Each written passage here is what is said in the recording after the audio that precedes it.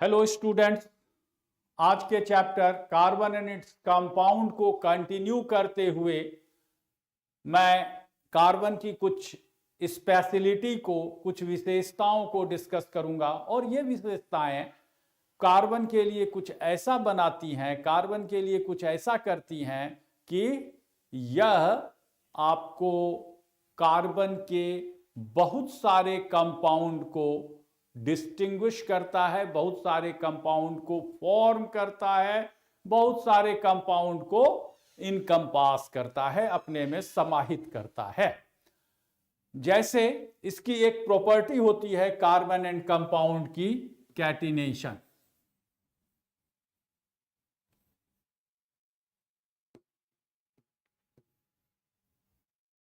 Catenation होता क्या है? Self combination of any element is called catenation. अब सेल्फ कॉम्बिनेशन होता कहां कहां है? आपने सुना होगा डाई एटॉमिक गैस, लेकिन उसमें दो ही एटम होते हैं। डायटोमिक गैस में हाइड्रोजन है, ऑक्सीजन है, क्लोरीन है, ब्रोमीन है, आयोडीन है, ये सभी डायटोमिक गैस हैं। नाइट्रोजन है, देन ऑक्सीजन है, लेकिन इनमें दो एलिमेंट जुड़े हुए होते हैं। जैसे क्लोरीन है Cl2, तो ये Cl और Cl सिंगल बॉन्ड से जुड़ा हुआ है, कोवैलेंट बॉन्ड लगा हुआ है। यदि आप इससे थोड़ा आगे देखें तो ऑक्सीजन में ओजोन एक कंपाउंड बनाता है जिसमें 3 ऑक्सीजन जुड़े हुए होते हैं, कुछ ऐसे।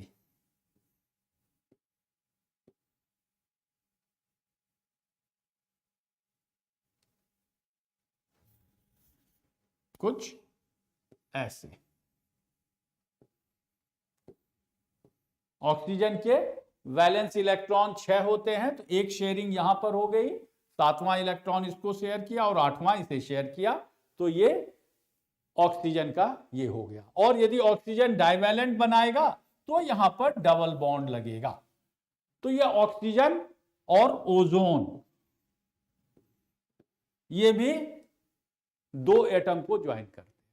लेकिन यदि हम कार्बन की बात करें तो ये कार्बन कंपाउंड कुछ, आप देखो, यदि हम बात करें ब्यूटेन की या पेंटेन की, जिसमें 4 या 5 ब्यूटेन है तो 4 हो जाएगा, और सैचुरेटेड है यह, तो कुछ इस तरह से हाइड्रोजन इसमें जुड़े हुए होंगे।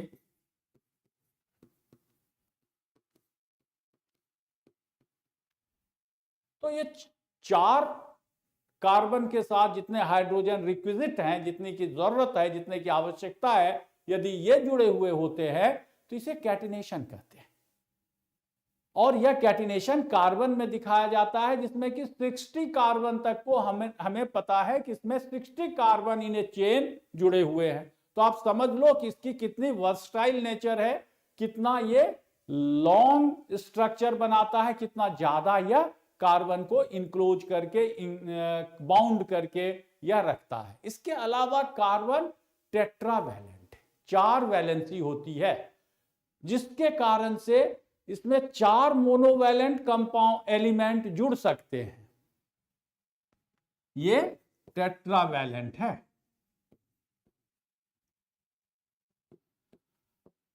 ये वैलेंसी कोई भी, यहां पर क्लोरीन लगा दो, यहां हाइड्रोजन लगा दो, यहां क्लोरीन लगा दो, या जैसे भी चारों हाइड्रोजन आप लगा दीजिए, चारों क्लोरीन लगा दीजिए, तो इस तरह से नंबर ऑफ कंपाउंड इसके बहुत ही ज्यादा होते हैं। तो ये 2 कारण हैं नंबर ऑफ कार्बन। ये क्वेश्चन आपके एग्जाम में पूछा जाता है और करीब करीब 1-2 साल में ये क्वेश्चन दिख ही जाता है कि what is the cause of these many compounds of carbon, और what is the cause of carbon having large number of compound. तो ये सारी बातें आपको अभी ही पढ़ाई में समझते हुए आगे बढ़ना है। अब हम बात करेंगे, कार्बन में 2 तरह के कंपाउंड होते हैं। एक को हम कहते हैं सैचुरेटेड और दूसरे को कहते हैं अनसैचुरेटेड। Saturated and unsaturated.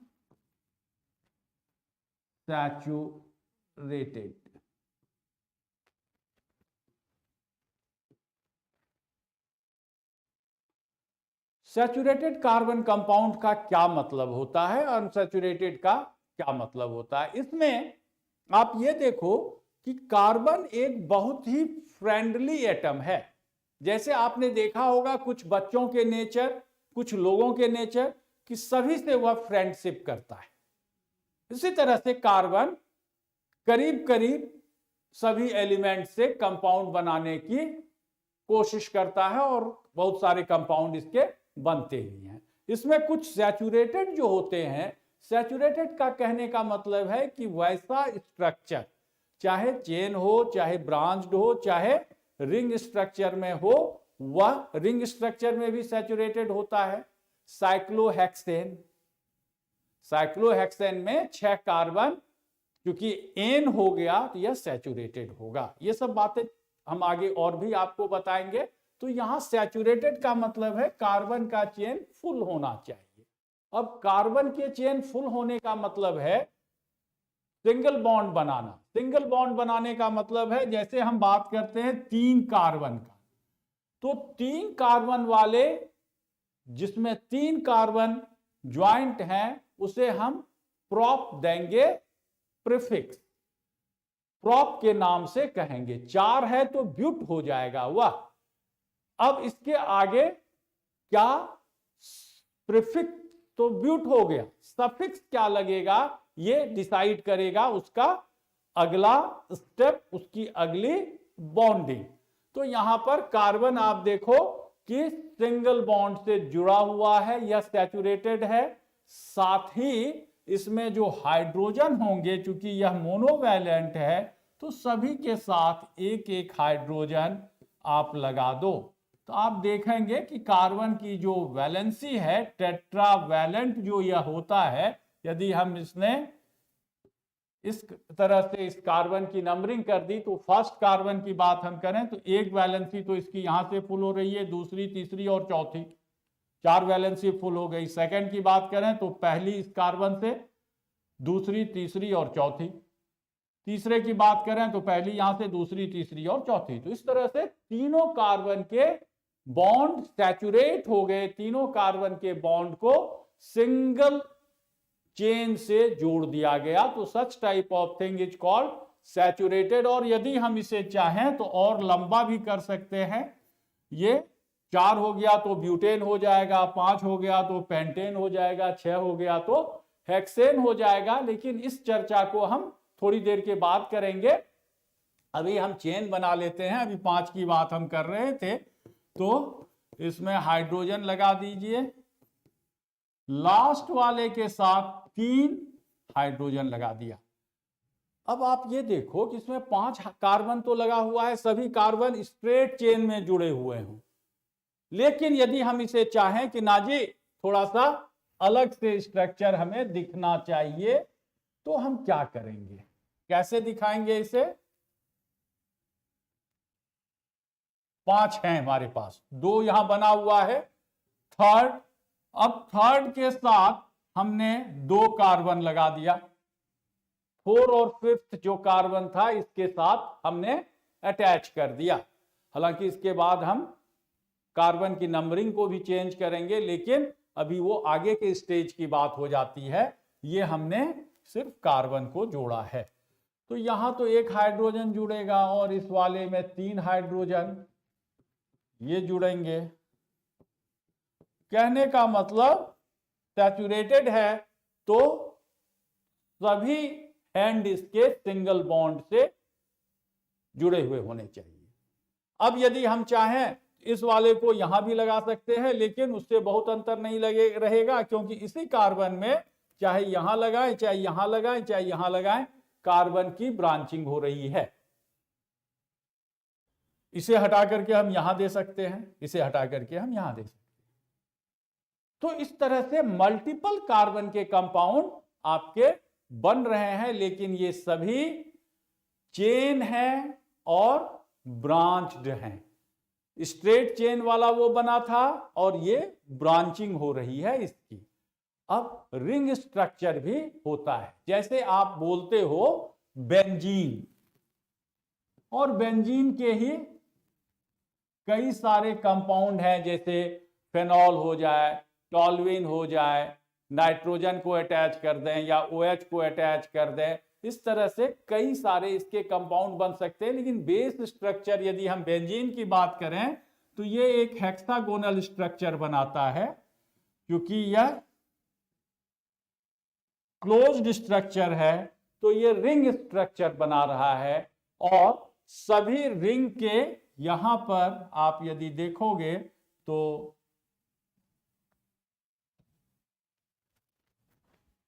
यदि आप देखोगे तो ये एक कार्बन, दो कार्बन, 3, 4,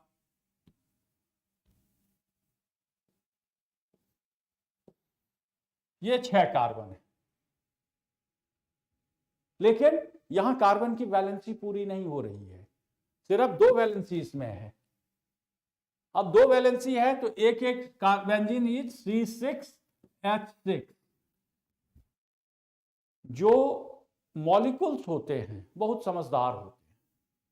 समझदार इस तरह से, यदि 6 हाइड्रोजन है तो कोई कार्बन ये नहीं कहेगा कि भाई हमें 3 दे दो, बाकी 3 में तुम अपना काम चला लो। इंसान ऐसा कर सकता है। यहां पर ये क्या करेगा, 6 हम हैं कार्बन और 6 हैं हाइड्रोजन, तो एक एक हाइड्रोजन सभी कार्बन को दे दो।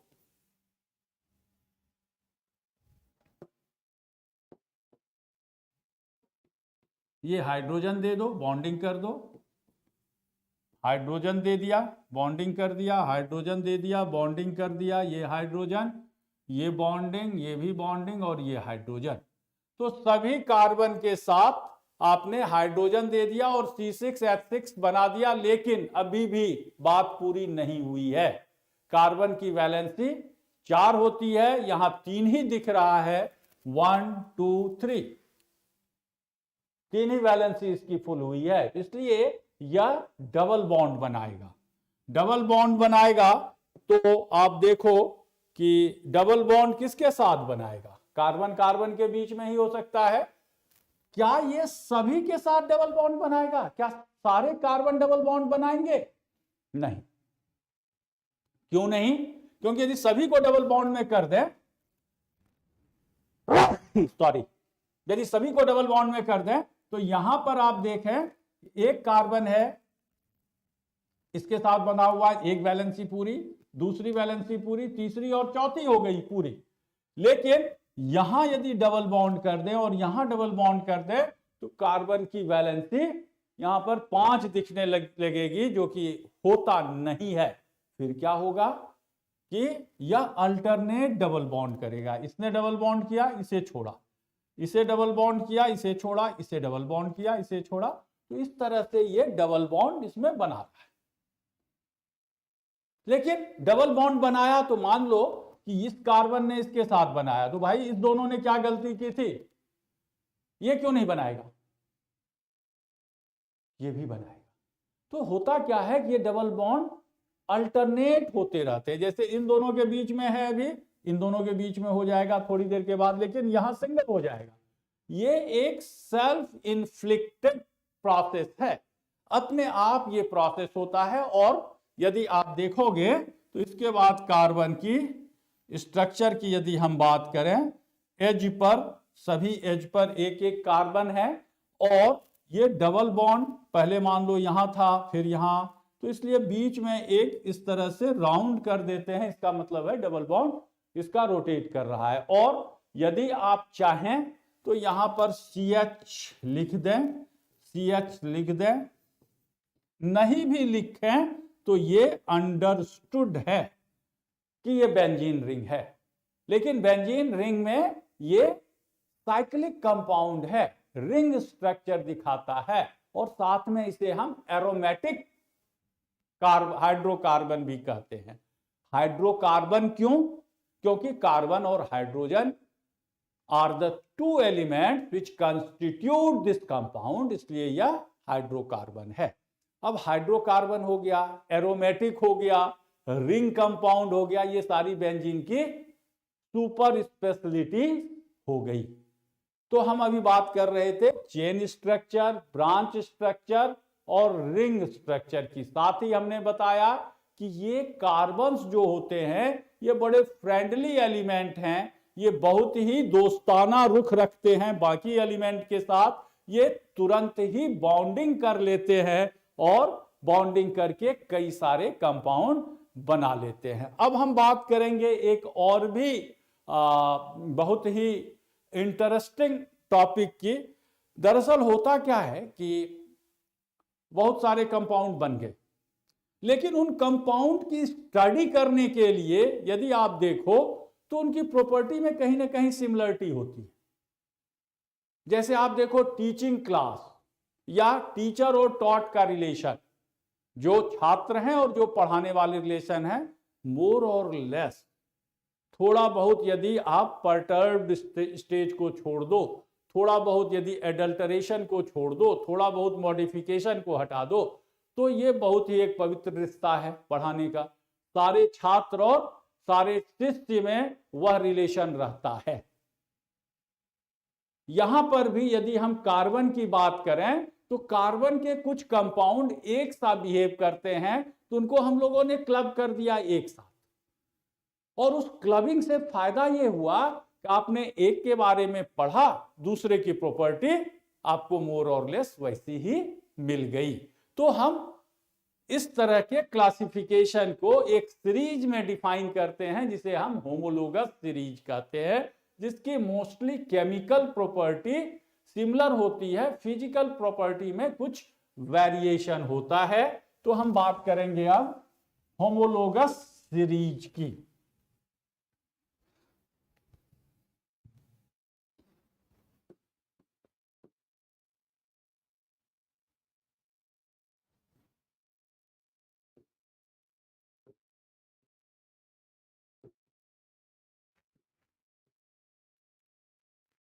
तो होमोलोगस सीरीज में हम देखते हैं कि क्या विशेषता होती है। सबसे पहले इस सीरीज के सभी एलिमेंट के सफिक्स सेम होंगे। क्या सेम होंगे? जैसे हम बोलते हैं एल्केन,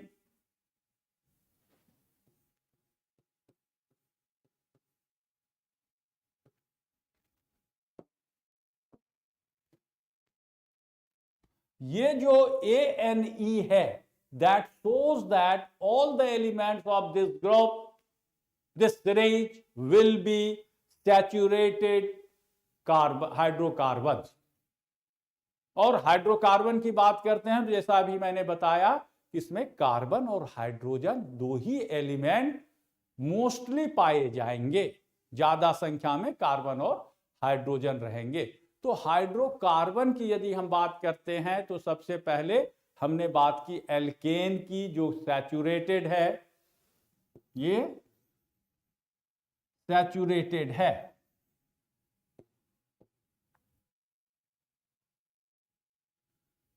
यदि यह सैचुरेटेड है तो अनसैचुरेटेड भी कुछ होगा।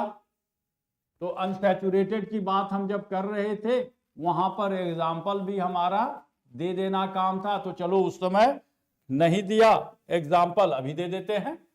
अनसैचुरेटेड में सबसे पहले नाम आता है एल्कीन का,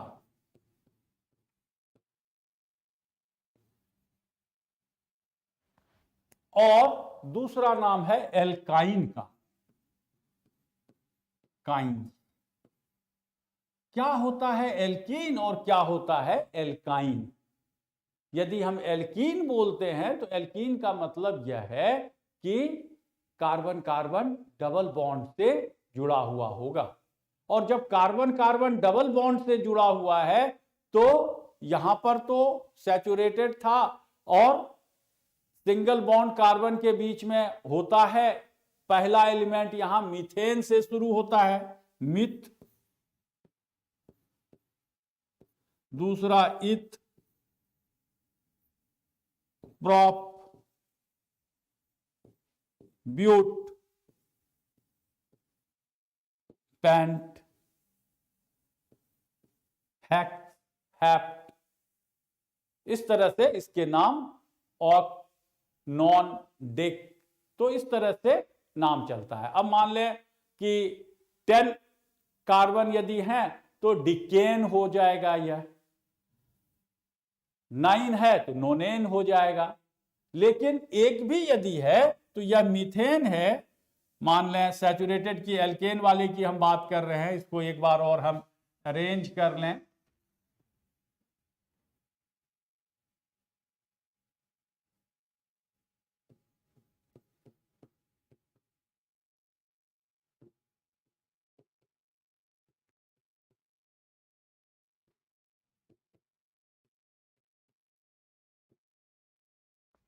ऐसा इसलिए टेबलर फॉर्म में मैंने बनाया कि आपको एक समझ में बात आएगी कि यहां पर मीथेन यदि है तो CH4 तो हो गया।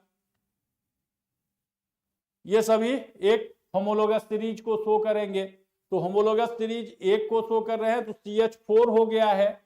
लेकिन यहां पर पहला एलिमेंट इसलिए नहीं होगा कि कार्बन कार्बन के बीच में डबल बॉन्ड होना चाहिए, तो कम से कम 2 कार्बन होगा तो डबल बॉन्ड होगा, और यहां पर हम सिंगल कार्बन की बात कर रहे हैं भाई, तो ये नहीं होता है इसमें। और ये यहां पर C2H6 हो जाएगा, ये C2H4 हो जाएगा, और ये C2H2 हो जाएगा। अब एक आता है इनका जनरल फॉर्मूला।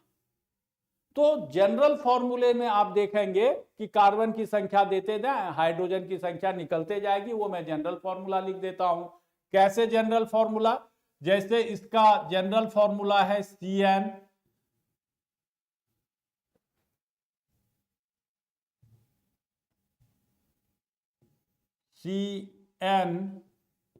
H2N + 2। अब आप देख लो यहां पर डाल करके, एक कार्बन था, 2 × 1 2 + 2 4 हो गया, तो CH4 हो गया। 2 डाला तो C2 हो गया, 2 × 4 + 2 6 हो गया। 3 डाला तो 3 × 6 + 2 8 हो गया। तो यहां पर हम फिर C3H8 हो गया, C4H10 हो गया, C5H12 हो गया। तो ये सभी एल्केन हैं जो सैचुरेटेड हाइड्रोकार्बन के बारे में हमें बता रहे हैं। These are the members of alkane group as well as they are saturated hydrocarbons. यदि हम एल्कीन की बात करें तो इसके कंपाउंड को CnH2n से हम डिनोट कर सकते हैं। कैसे? यदि आप यहां पर डबल बॉन्ड की बात करते हैं तो डबल बॉन्ड आप देख लें कैसे बन रहा है, CnH2n। स्ट्रक्चर देखते हैं, इसका तो स्ट्रक्चर थोड़ा कंपैरेटिवली आसान है। आप देखो ये 2 कार्बन है, डबल बॉन्ड बना दो, और 4 हाइड्रोजन है, कैसे भी इसे लगा दो, 4 हाइड्रोजन हो गए। चाहे यहां भी आप लगा सकते हो, यहां भी लगा सकते हो, ऊपर लगा सकते हो, जैसे भी हाइड्रोजन को हमने यहां पर इम्बेड कर दिया तो C2H4 हो गया। लेकिन यदि C3H6 की बात करें तो क्या होगा?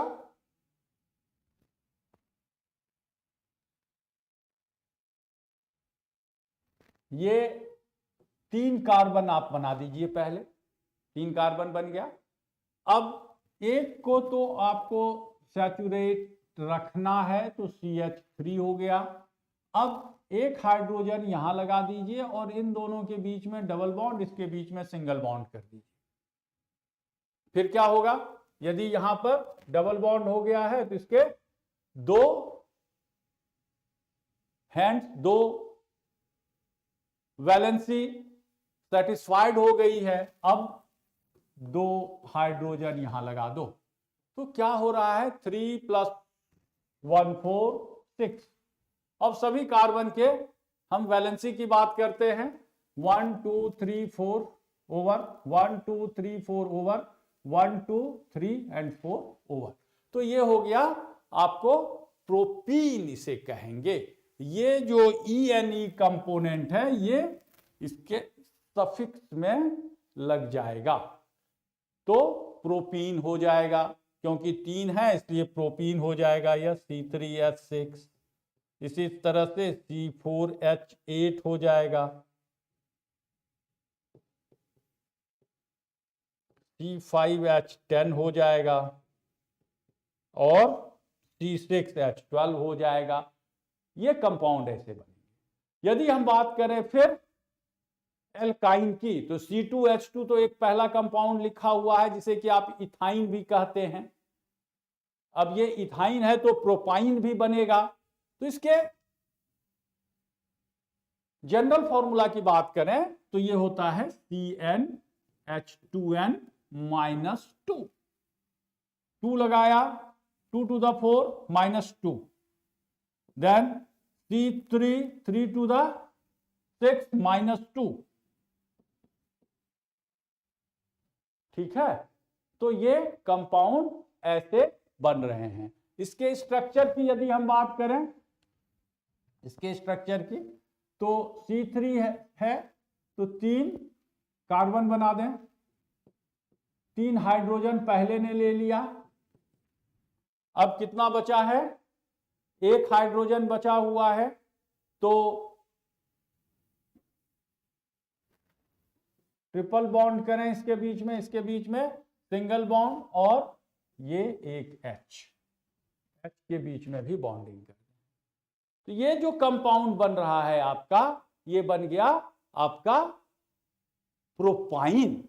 ये YNE सफिक्स लेगा, प्रोपेन से प्रोपाइन बन गया। तो इस तरह से इसके और भी कंपाउंड आप देख लें। C3 वाला तो यहां बन गया। अब आइए C4 पर, 4 to the 8 -2 H6 हो गया, C5 10 -2 H8। ये सारे होमोलोगस सीरीज हैं जिन्हें कि हमने एक फॉर्मूले से बताया। इसमें एक कैरेक्टरिस्टिक आप देख सकते हैं, एक विशेषता देख सकते हैं कि हमने आइडेंटिफाई तो कर लिया कार्बन के नंबर को, और दूसरा इन दोनों के बीच का गैप यदि देखें तो हमेशा होमोलोगस के सीरीज के बीच का गैप इतने का रहेगा। सक्सेसिव एलिमेंट CH2 से इंक्रीज हो जाएंगे। CH2 से इंक्रीज होने का मतलब है कि यदि यह C2 था तो यह C3 हो जाएगा, H6 है तो H8 हो गया, यहां C3 था तो C4 होगा, H6 था तो H8 हो गया। ठीक है, यहां C4 था H6 तो C4 से C5 हो गया और H6 से H8 हो गया। इस तरह से हम होमोलोगस सीरीज को डिफाइन कर सकते हैं। अब बात आती है फंक्शनल ग्रुप की। मान लें कि हम अब इसे हटा देते हैं। मान लें कि हमारे पास मीथेन है, CH4 मीथेन है, जिसका स्ट्रक्चर आगे आप देखेंगे एक रिएक्शन कहलाता है सब्स्टिट्यूशन रिएक्शन, जिसमें कि हाइड्रोजन को कोई ज्यादा रिएक्टिव एलिमेंट सब्स्टिट्यूट कर देता है। अच्छी बात है, सब्स्टिट्यूट करता है, लेकिन उससे पहले, सब्स्टिट्यूशन के पहले कुछ ना कुछ रिमूवल होता होगा। क्या रिमूव करेगा, यहां रिमूव करने के लिए है क्या, हाइड्रोजन। हटा दीजिए हाइड्रोजन। ये CH4 था जिसका स्ट्रक्चर कुछ यूं बनाया था, और इस हाइड्रोजन को हमने रिमूव कर दिया। रिमूव कर दिया तो अब जो भी इसके ऊपर हम इम्बेड करेंगे, जो भी इसके ऊपर हम फिक्स करेंगे, that group will be called functional group. यदि हमने यहां क्लोरीन लगा दिया, ब्रोमीन लगा दिया, आयोडीन, स्टैटिन कुछ लगा दिया, तो ये हेलो एल्केन हो जाएगा। एल्काइल हैलाइड भी इसे कॉमन नेम कहते हैं, और IUPAC नेम में इसे हेलो एल्केन कहते हैं। जैसे क्लोरोमीथेन, मिथाइल क्लोराइड भी कह सकते हैं, लेकिन यह यहां पर यदि कुछ लगा दिया तो हेलो एल्केन हो जाएगा। और क्योंकि यह मीथेन था, इसको हम मीथेन कहते थे, इन जनरल यह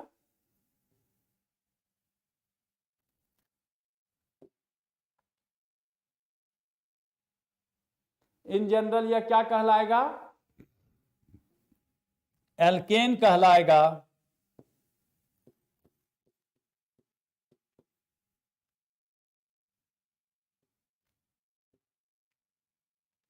तो ये जब हट जाएगा मीथेन से, ये मिथाइल कहलाएगा और एल्केन से ये एल्काइल कहलाएगा।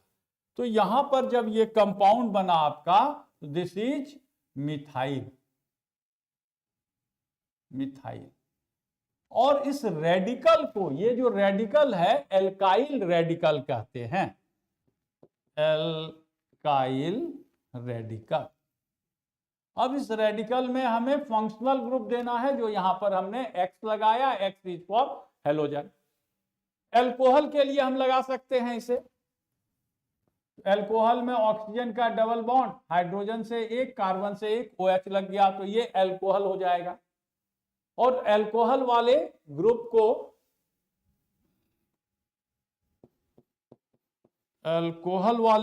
को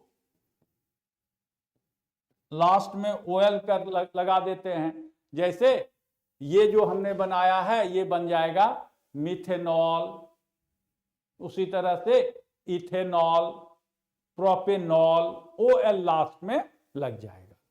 यदि हमने इसमें एल्डिहाइड लगा दिया, तो एल्डिहाइड के लिए यहां पर,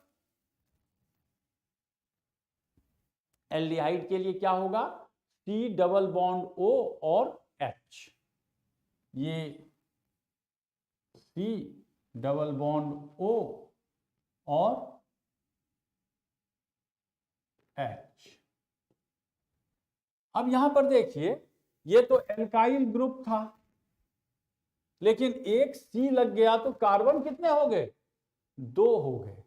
तो जैसे ही 2 होगा एल्डिहाइड में, इसे हम एसिटल्डिहाइड भी कहते हैं। और यदि एक कार्बन वाला आप देखो तो कुछ इस तरह से एक कार्बन वाला बनेगा, जिसमें इसे हम फॉर्मल्डिहाइड भी कहते हैं, फॉर्मल्डिहाइड। ये सब कॉलिंग नेम है, ये एसिटल्डिहाइड। लेकिन IUPAC नेम देंगे तो AL लग जाता है एल्डिहाइड में। क्या लगेगा? जैसे यहां पर इथेनॉल था, तो ये इथेनल हो जाएगा। 2 कार्बन है इसमें, 1 और 2, इसका नाम इथेनल हो जाएगा। और ये मिथेनल है।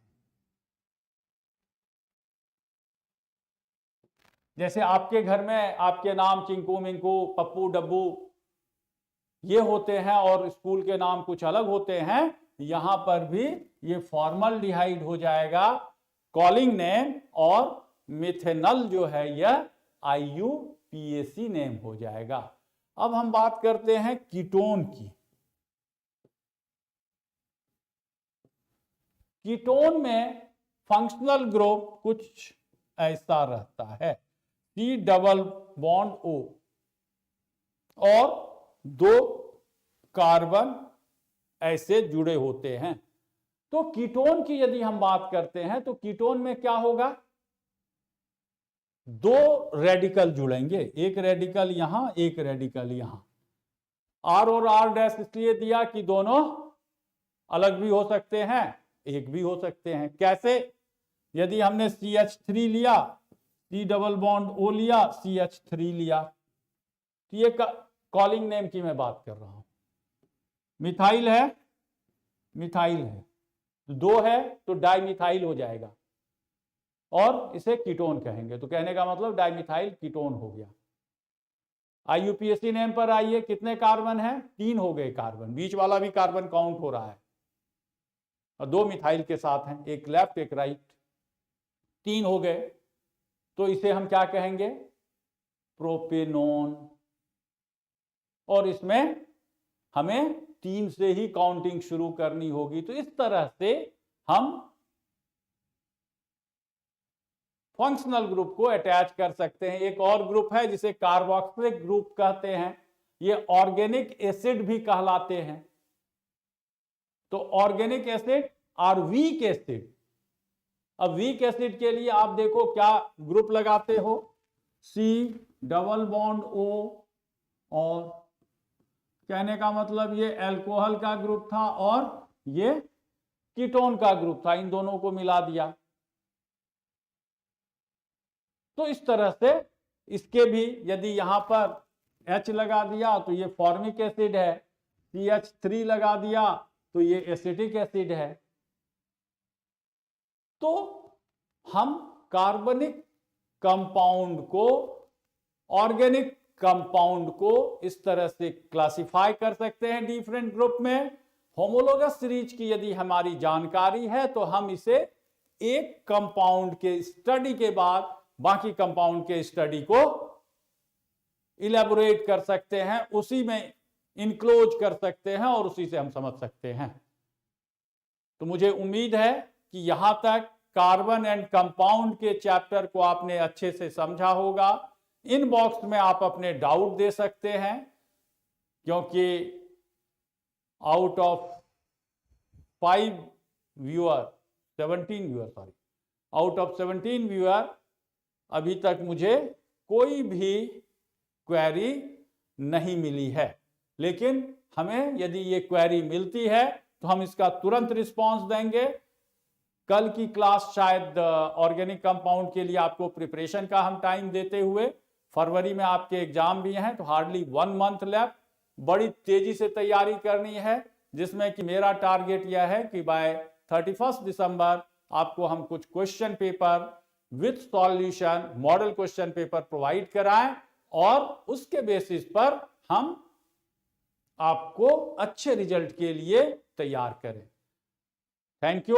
अगली क्लास में हम मिलते हैं फिर। बाय।